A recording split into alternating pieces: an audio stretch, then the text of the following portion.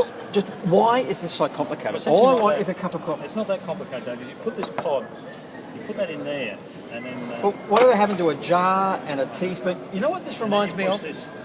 You know what this reminds me of? No, what does it remind you of? This reminds me of the state budget. It should be really straightforward, but there's a lot of tricks being played this time around because it's got complicated because we're talking about a federal budget.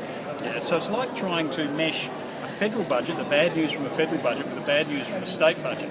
And the state government's doing that because it's arguing that things are so bad here, despite the fact that it also has a bad set of budget numbers itself, that it's having to pass the pain on to people in South Australia. It's a lot more complicated than it really needs to be. The facts of the matter are that the state government hasn't matched pretty much any of its targets in terms of deficits, surpluses and debts, spending on public servants, cuts to public service. Hasn't met any of those targets for several years now, including this budget.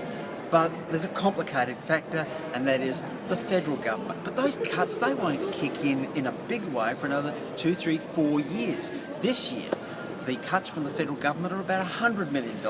Well, most of that is covered by increasing the emergency services levy.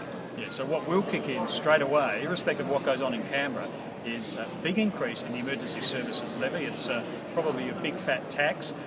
There may be increases in water rates. We don't know how that's going to play out depending on what happens with the little bit of paperwork they've been playing with SA Water. And also, we don't know what's going to happen because they're going to privatise the Motor Accident Commission. That means your third-party insurance. So, and that's a broken promise. That is a broken promise. They said we weren't going to privatise things. So look, the bottom line here is there is a lot of pain, perhaps, probably, heading your way in 2, 3, 4 years' time. But right now, the state government isn't meeting its targets. It's not making the promises. It's not achieving the promises that it made over the last 4 years. Matter of fact, they even made the press releases complicated. They put them on a USB stick.